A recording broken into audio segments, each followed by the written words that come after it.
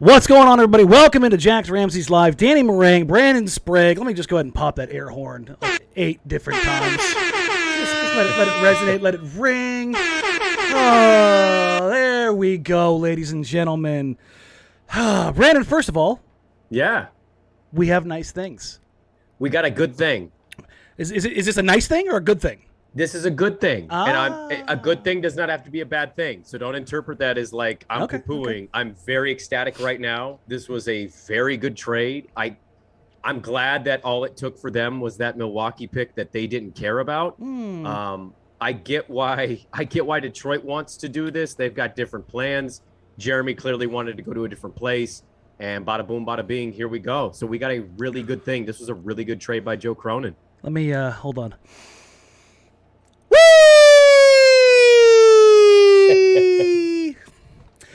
For those that didn't know, I was co-hosting with Dusty today at 1080.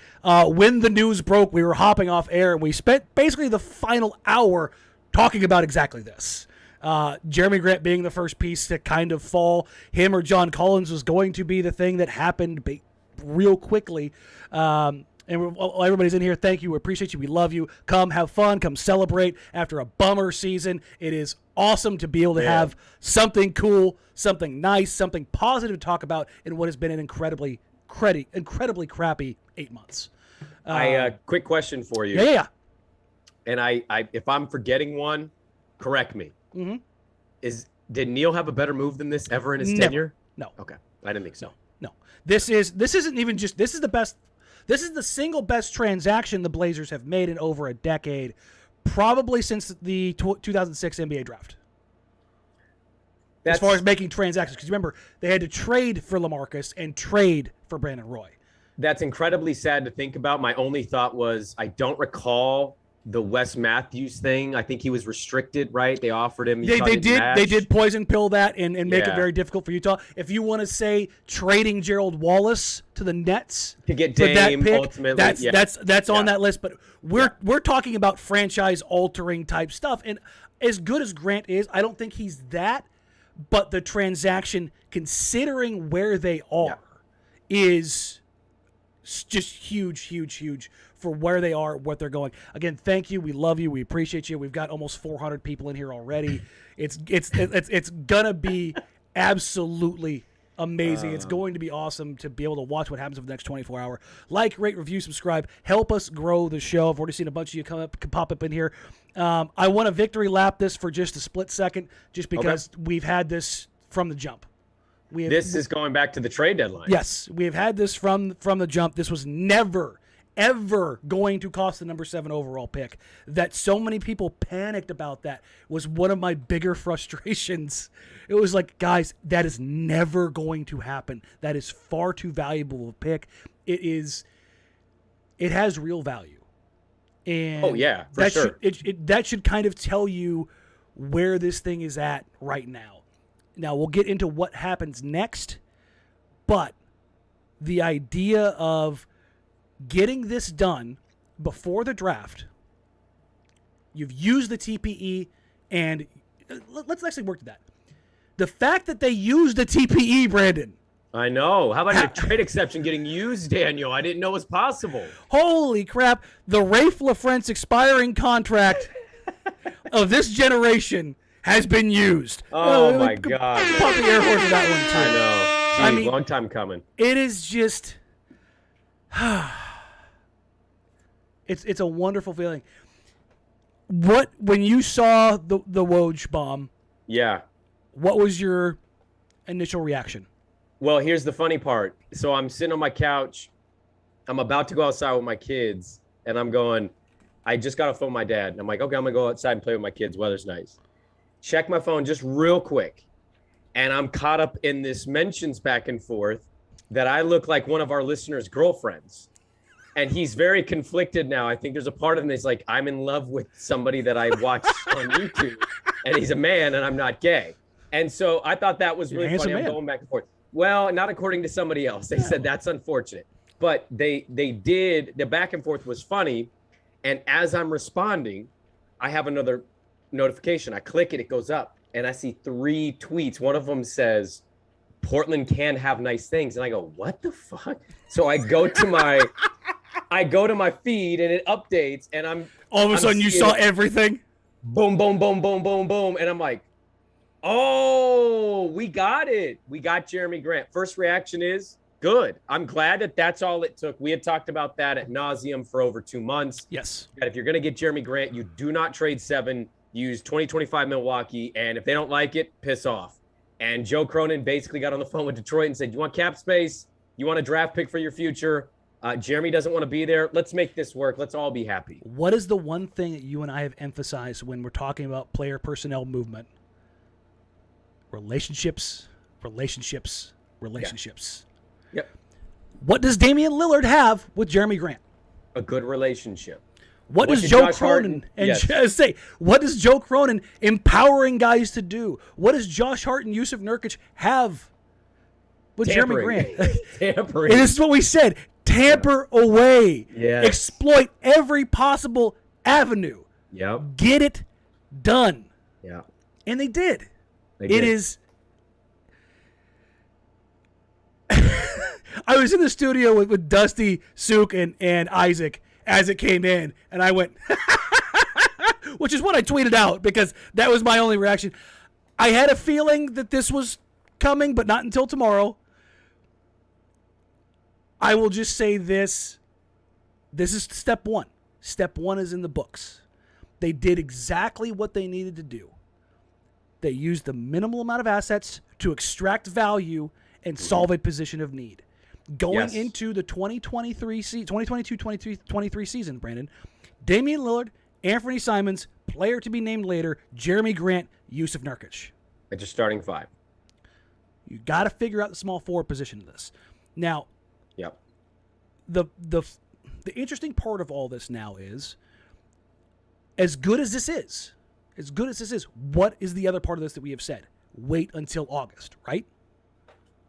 Give or take, but tomorrow could solve a lot of problems. It could. But there's still multiple steps in this process. As of right now, you traded to New Orleans C.J. McCollum and Larry Nance Jr. and got Jerami Grant and Josh Hart. And Josh Hart, yep. Now, what do you do with the rest of that? Obviously, you traded off Norman Powell and Robert Covington as well. If you can get another dyed-in-the-wool starter, and Josh Hart is coming off your bench, Nasir Little is coming off your bench, or perhaps one of them leaves, is that a successful offseason? If you get a legitimate starter at 3, and I assume by the way we're talking, we're doing the hypothetical, if they could somehow get this OG thing to turn around, because it went from, hey, this could happen, to me listening to Zach Lowe yesterday saying, this doesn't make sense. Why would they do this? And they make it happen. Yeah, that's beyond, I mean, that's as good an offseason as you could have asked for, given their current standing. They had next to no real assets outside of number 7. People weren't high on having, oh, great, we got Josh Hart for C.J. McCollum. That's not bad, but people were upset by that. Dame Lillard and kind of where that's going, and hey, is it only going to be a year to win? Yada, yada, yada. Like all that chatter's been around, and it's been an unproven general manager at the helm of this rebuild, this quick rebuild. And I would say yes. I don't know how there's any other way to classify it. I said this before. If you get Collins, Ayton, OG, one of those 3. That's of all the things, because I don't want to poo-poo this. This is a huge deal. This is a big get. But this is the tertiary move. This is the good thing. Yep. The nice things are the next level, and it's one of those 3 guys. Ayton seems out of it. Collins has kind of gone dark on Portland, and I've been told by a Toronto dude that no. And yesterday, the national guys were saying, why would Toronto do this? If you could somehow swing that back into your favor and shock the world and get OG, there's no other classification for this offseason than an A. There just isn't. There's no other way to say this offseason is anything less than an A because of where they were given the end of the year. As of right now, we're B minus? I'd give it a solid B, because I'll tell you this. If it's not OG, I don't want anybody else. I want them to make the pick. I want them to swing, and I want them to swing as hard as they goddamn can at a wing. Go get a wing. If you think it's Sharp, cool. If you think it's Dyson Daniels, I don't care. Go get a wing. Atari Eason, you want to reach a little bit? I really don't care at this point. I'm all in. In fact, OG's nice, and I'm going to be ecstatic. There is a big part of me that's kind of excited if they can make a pick just to have that young asset who can develop with this group. They're not going to be asked to do a whole lot outside of learn along the way and maybe be good in 2 years. The other part of this is, and this is where we did the same thing with Chauncey Billups. He was an incomplete because of the situation that he was in. Joe Cronin, he said it himself. The teardown is the easy part. He is converted. I disagree with that. I'll push back. Okay. I think he's right, but I think in this city, the teardown's the hardest part because we love every freaking player like they're a 10-time All-NBA player. You're not wrong there. The other part of this is, again, beyond that, the build back up is difficult, and how many people were calling for Joe's head? Are those same people calling this move good? Because I saw a lot of people in that Christian Wood deal acting an absolute fool. Oh, I bet you a lot of people be criticizing Neil O'Shea. Why didn't he get it done? Well, I'd say Joe Cronin got the better player for the lesser asset. Oh, yeah, you gave up way less assets to get Jerami Grant. And look, even if you think Christian Wood is better, it's slightly better. It ain't like it's that big of a gap there. So I'm actually, I'll take the guy who played in Denver. He's got some experience. He had some OKC years that were good before they blew that thing up. I'll take that dude, even though he was in Detroit for a couple of years. I'll take that guy over the dude who's been shipped out a few times because he may or may not have attitude problems. I've seen this question a lot on Twitter. I've seen a lot of argument back and forth on this. So I'll kind of address this real quick as far as Jerami Grant is concerned. Yeah. Jerami Grant is not a 3. This is the same discussion we had about Robert Covington when they moved for him, and I'll say the same thing about Cov that I'll say about Jerami Grant. Jerami Grant is a 4. He is a 4. You know what? Let's go ahead and pull up Cleaning the Glass so you guys can see exactly where this stuff lies. Do you know, Danny, his reach? I know he's a little shorter as a 4 at 6'8", but do we know his reach? I know he looks lanky when he's out there, but we know if it's like long. He's dumb long. Like 6'11", 7 foot type reach. Give me 1 second. I think I've got it here on my chart. And by the way, that was kind of my first thought when they got him. And his reference page is for power and small. You're going to bring up the numbers, and we talked about this in the past, but I want you to read the numbers nonetheless. He's primarily been playing the 4. He's a little more productive at the 4. Yes, that is the part of it. So if you can have a 4 real quick that can shoot 36% from 3 and be kind of hyper athletic and rangy, I'm all in on that. You are a little shorter, but this move today kind of signaled to me that I don't think they're getting Collins. Here's the part of this. So last year in Detroit, how percentage-wise, what would you say Jerami Grant played the 4? Just throw a number out there. We just had breaking news.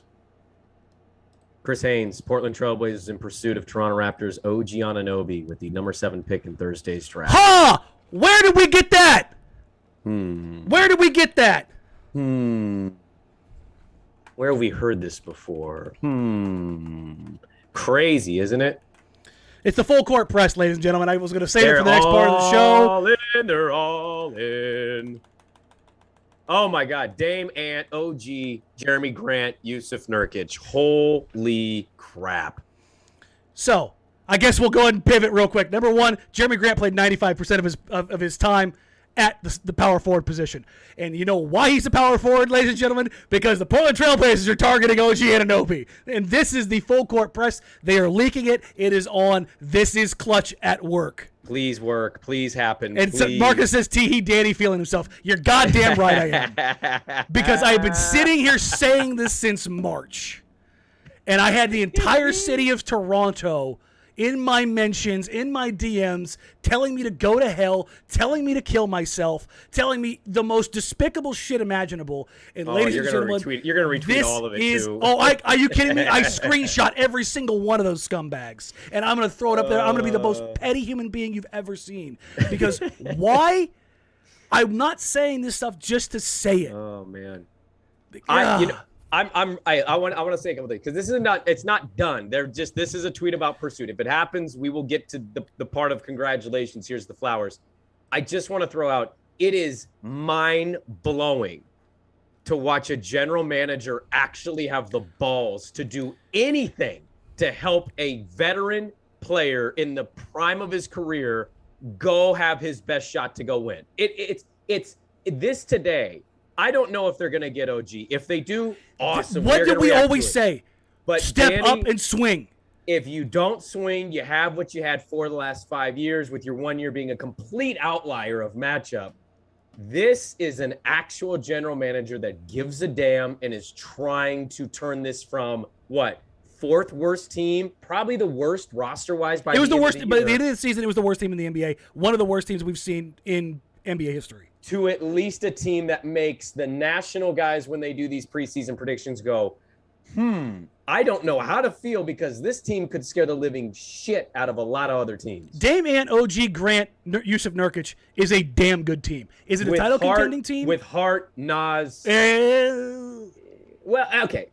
I mean, assuming like one of those is gone. But you know what I mean, though. You know what I mean, though. I think one of them may be gone. Listen, if Joe gets him for just 7... I'd imagine you are right. And we've talked about that, right? It's going to be a Nas. It's going to be a Hart. Like, it's going to be one of those. But I've seen a lot of people ask, it's going to be a haul to get OG. Ladies and gentlemen, I don't believe that's going to be the case. I do believe it's going to be more than number 7, but I also don't believe, from what I have heard and what I have been told for months now, that it is going to be everything. Imagine it's just number 7. If it's just number 7, I will be floored. Because you would have Nas at 6'8", Grant 6'8", OG at 6'7", Hart at 6'5". I mean, yeah, it's almost like they set out to do something and they went and did it.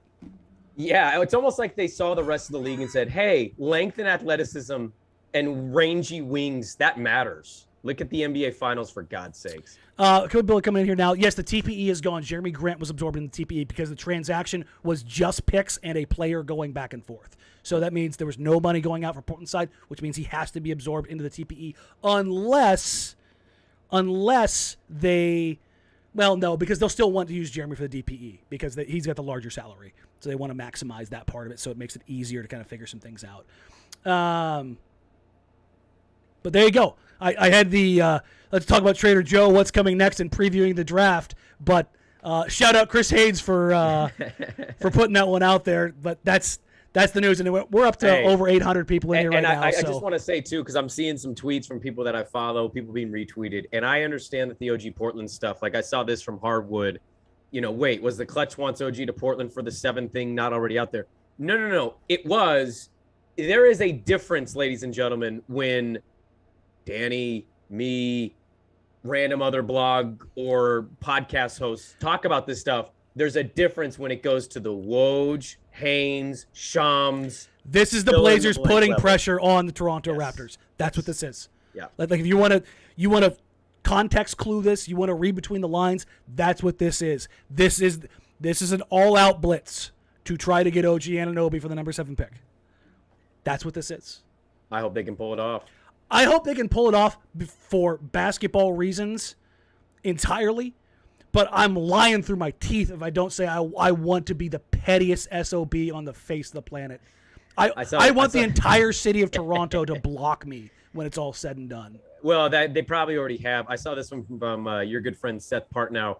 Dame plus a bunch of 6'8" defenders does not intrigue me as a team. Yeah, it's almost like that sounds like a really good idea. Yeah. Oh my God, dude, this is wild. This is great stuff. I love having a general manager that cares. It doesn't just care about his job preservation and standing with the the mediocre moves that he made. And that 2025 pick, like, I'm not joking when I say this. I wouldn't have been shocked if Olshey valued that as some like, hey, I could get the next best player from Pepperdine with that pick in 4 years. Like, in all seriousness, it wouldn't have shocked me. Listen, this is all I've ever wanted.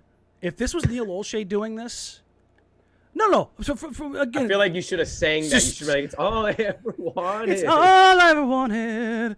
Synthafong says, I want Drake making diss tracks about Danny. If there was a hook 'em horns for the Raptors where I could do a down horns, I would do it at this point in time. Here we go. This is from Fisher. The word surrounding OG Anunoby's trade candidacy featuring Portland and Utah. New York's options at that's a New York thing. Sorry. Well, I will tell you this. There's a reason why, ladies and gentlemen, again, we have discussed OG Anunoby and Rudy Gobert. Yeah. That is the competing force. And Rudy Gobert's a really good player. I wouldn't blame Toronto for going that direction, nor Utah, obviously, for wanting to do that. Oh, listen, Utah wants it. Yeah. Utah wants it because they want to do the same thing with Donovan Mitchell that the Trailblazers trying to do with Damian Lillard. Yep. Surround him with impact defenders. Weird. Who just built the Eastern Conference champions? Who's now working in Utah? Is that Danny Ainge? Oh, who are the two best players on Boston's team? The 2 6'8" wings. Oh, that's crazy. Defensive-minded. It's almost like Danny Ainge knows that having athletic wing play is important in this league. And Joe Cronin sitting here go, yeah, I've known this for 4 years, and I've been stuck at the helm having to serve at that freaking douchebag. So, again, this is all I've ever wanted for this organization, is to just be willing to pressure, to take swings. I tweeted it out earlier. The idea of, like, Neil O'Shea saying, it takes two to tango, it takes two to tango, it takes two to tango. Have you tried asking anybody? Right. Are you willing to step up to the table? Because right now, Joe Cronin is putting them on the table. Within less than a year. I mean, we're what? How many months are we into this? He got the official job 4 months ago. But when did he take over? What, February? January? Was that December? I can't remember. Neil was dismissed December 6th or 4th. It's one of those two. I can't remember. Yeah. But he was the interim for about a month, and then he got the ability to hire Andre Patterson. And then we saw some hiring and firing internally within the Blazers, and we were kind of like, yeah, it's probably going to happen. Mm-hmm. And then they made it official, right at the end of the season? Yeah, roughly. He's been more involved and more active in pursuit of change in 7 months than Neil O'Shea was in basically 10 years. I really hate to say this, but like the facts are just the facts here. He may not get OG. He's obviously aggressively trying. It's a dude that cares. Whereas the last guy, I thought it was abundantly clear the last 3 years there. That dude checked out, man. Checked out. So, all right, we'll open it up real quick. Let's take some questions because things are going to change right now. My phone is going absolutely bonkers. So if you guys have got questions, we'll let a couple come in here real quick. And everybody's super excited. Garage Gamer just said, not a bummer, Brandon. This is happy, Brandon. Hey, yeah, not a bummer, Brandon, right now. So, Scott Mills, this is the question that we've gotten asked a lot. And I was waiting until after the draft to do this video. This is probably the most requested thing that I have gotten this year, this offseason, is how are Dame and Ant together different than Dame and CJ? I'll kind of quickly profile it here. Number one, you're getting real impact wings around them. That's a huge. Let's just say that's. I can't overstate that enough. That they're getting. I shouldn't say if they get OG Anunoby, they have one of the best point of attack defenders in the entire NBA. Point blank.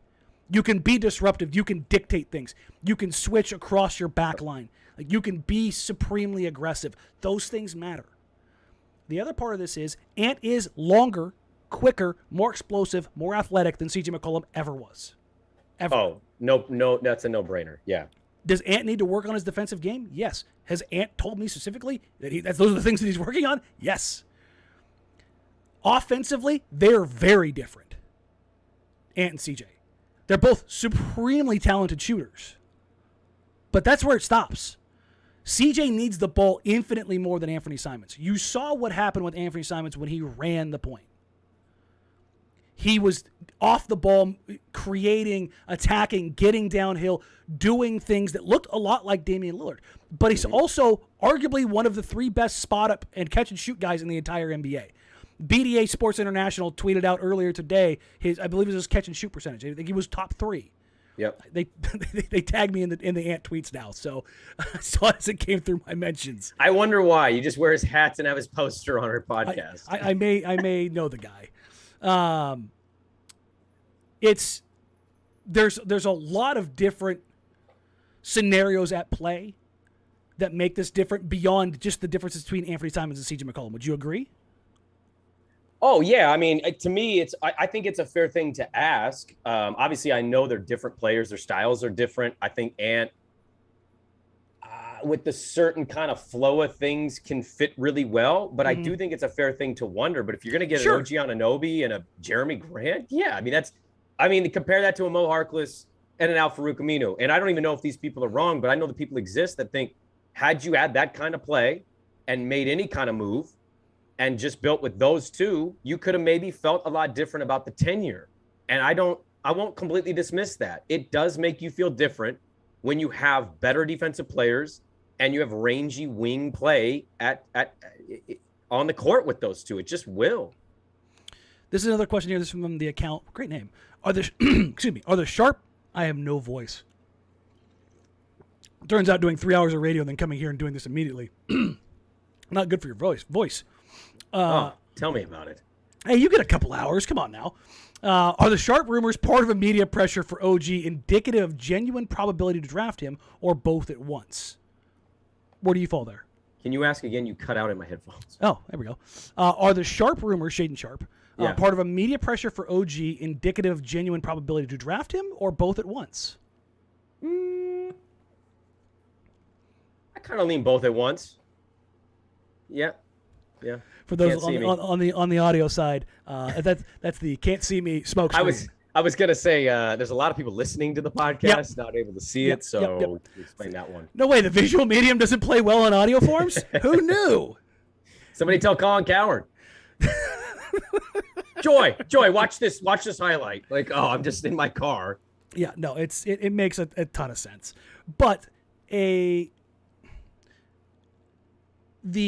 noise around the Portland Trailblazers, the discussion around the Portland Trailblazers, both publicly and privately, has hinted at building around Damian Lillard, period, point blank, for over 4 months. 48 hours before the draft, the Blazers have shifted course and are going to draft Shaden Sharp. Hey, all we can go off is what we're told, Daniel. Listen, I love me a flexible front office that's willing to adapt and change to the changes of the market. Maybe not that flexible. That's a little too much for me, but it's an interesting scenario to kind of watch it all unfold. Jason says, if Portland lands OG tonight, still have the draft show? Yeah, we'll figure something out. But I don't think it's going to happen. I very much think that that's going to go down to the wire. Masai Ujiri is not somebody who typically is forced to make a decision early. I mean, you're talking about one of the best in the business. He knows what he's doing. He's not going to succumb to the pressure of a tweet and say, "Well, I got to make the deal now. It's all but over." I think tomorrow is when we hear it. I think we scheduled to do the show still. Yep. And honestly, I still think we could do top lottery pick. Just do the lottery. Yeah, we do the lottery, and then I'll head out to the practice facility. I'm already confirmed to be down in the building. So, and hey, if you guys anybody's out there watching right now, if you're listening to this tomorrow morning or when I put this up, and you guys want to go to the Bill Burr show, DM me and buy my tickets because I'm an idiot because I bought these Bill Burr tickets in like December or January, and they're draft night. So, you want to know something funny? I just got offered by my little brother to go to that show too. Oh, did you? For free. He goes, "Hey, I got a free ticket," and I was like, I really wanted to go, and they're great tickets. Well, what time's the draft? 5? Yeah, show's at 7. Yeah, we're only doing the lottery, though. Yeah, I was going down to the practice facility, so. Oh, yeah, I was talking about me. Yeah, I'm selfish. Okay, yeah. I mean, Speaking of selfish, no, I'm kidding. Turbotastic, what do you think they do at the center position? Nurk's a free agent, and I don't really want to run it back with Zeller and Watford at backup center. They're signing Nurk. Yeah, so let's run through this. This is part of the what's next. If what they're doing or what they're hoping to accomplish happens, then the under 8 and stuff is completely done. Like, it's just not happening right now.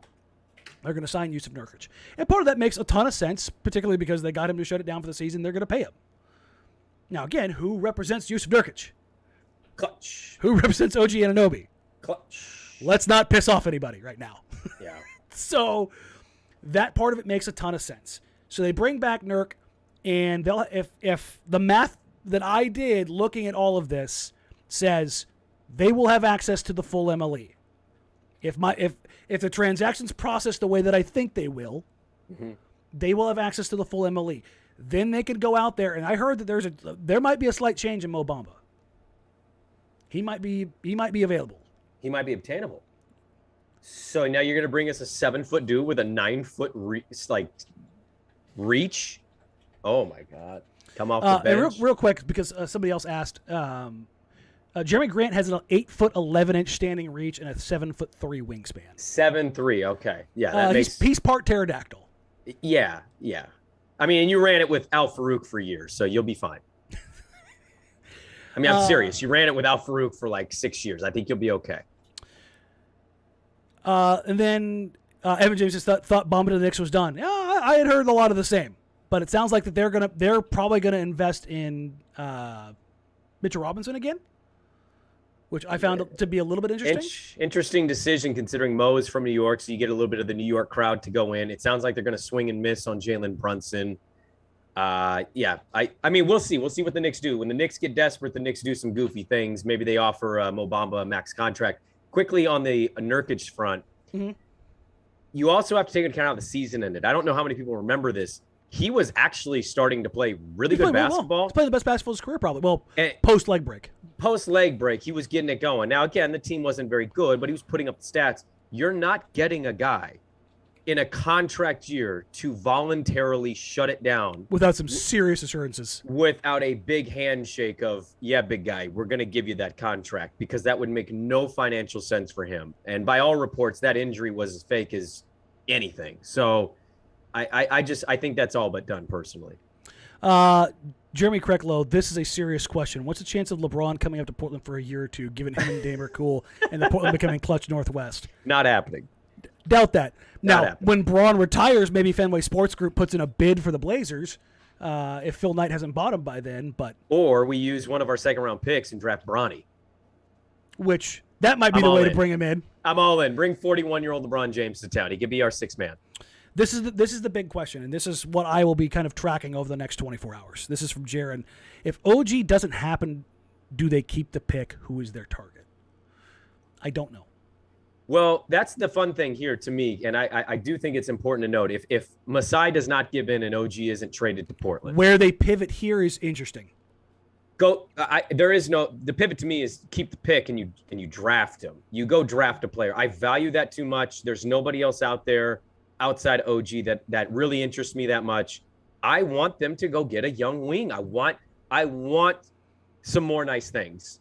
And I don't think there's anything wrong with evaluating this class, if you're going to trust Joe Cronin to give him that job from a franchise standpoint, and you're happy today from a fan standpoint that he got Jerami Grant for a pick he didn't care about, let's trust him with the draft pick.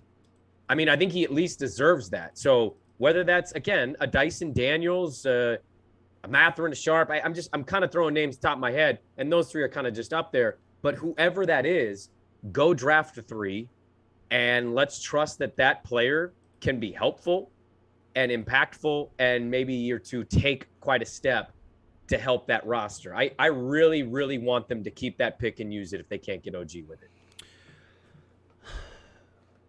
The interesting thing about this draft is not wingy. Mm-hmm. It's got some bigs.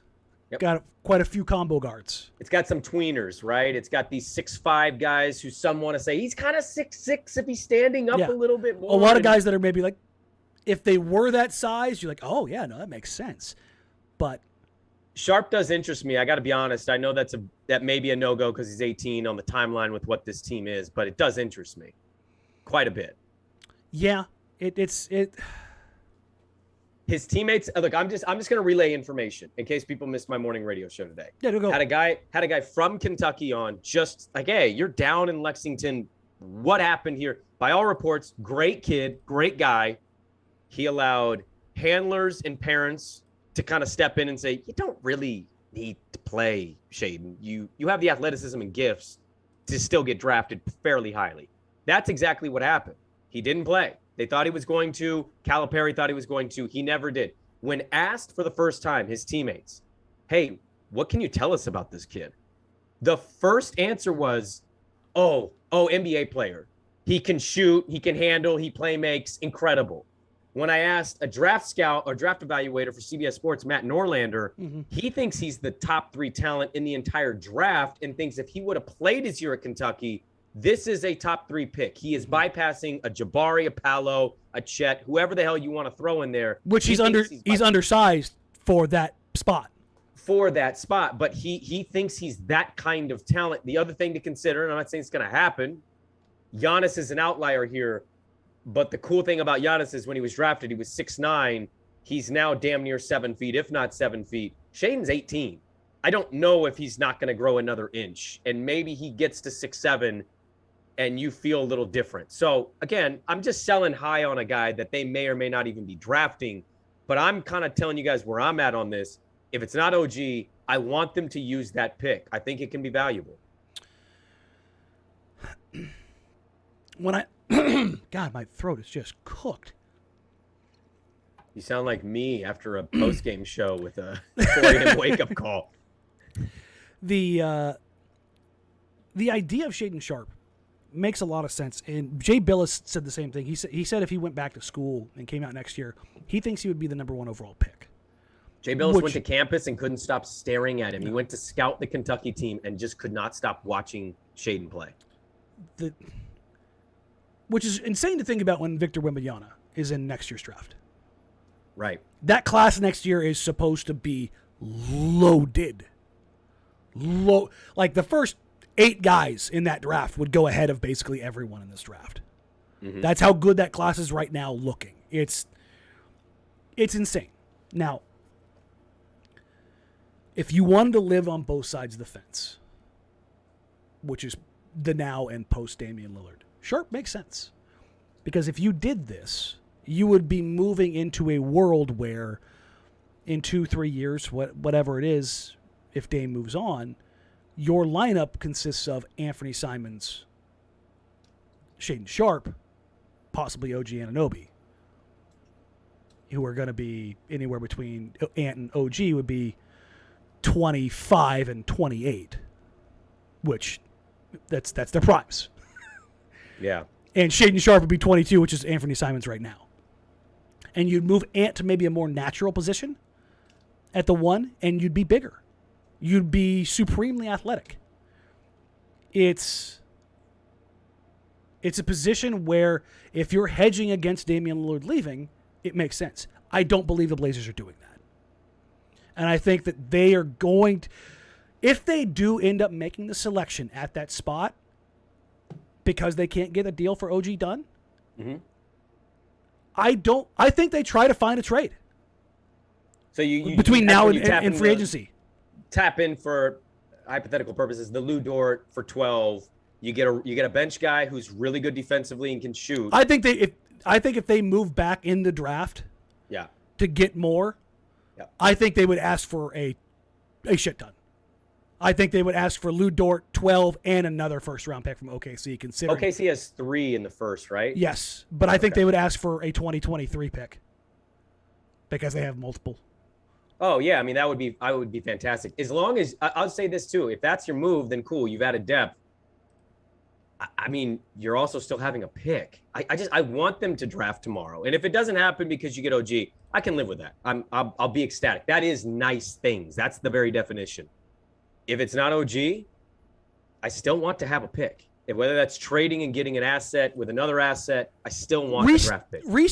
Restocking the cupboards makes sense for, again, spreadsheet basketball. I am 100% on board. And just hammering through this stuff, it's something that I beat Neil O'Shea over the head about, just pissing away assets over and over and over again. Yep. Throwing up picks to move up to draft Zach Collins and coming out with nothing. Nothing. He's in San Antonio. All of his 2016 money that he spent being turned into nothing. That's not true. Yep. It turned into Andrew Nicholson's dead money. It's actually the worst possible asset. Not only did it cost you nothing, it cost you something. It's still costing them $2.8 million this year. Right. So, in a vacuum, that makes sense. But this move, the Jerami Grant move, signals entirely that they are looking at the right now. But 100%. I think you can balance it, though, Danny. I think you can. If they get OG, that's it, though.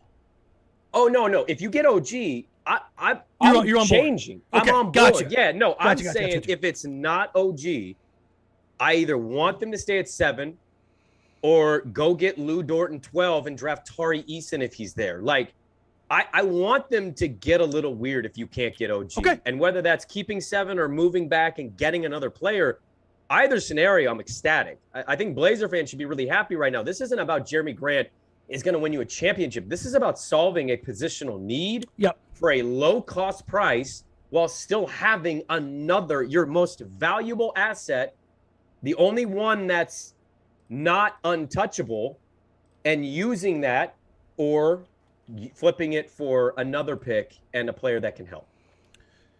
I've seen a lot of this already as far as Jerami Grant, OG positionality, and like what they're looking to do. Just to kind of reiterate, OG is a 3, Grant's a 4.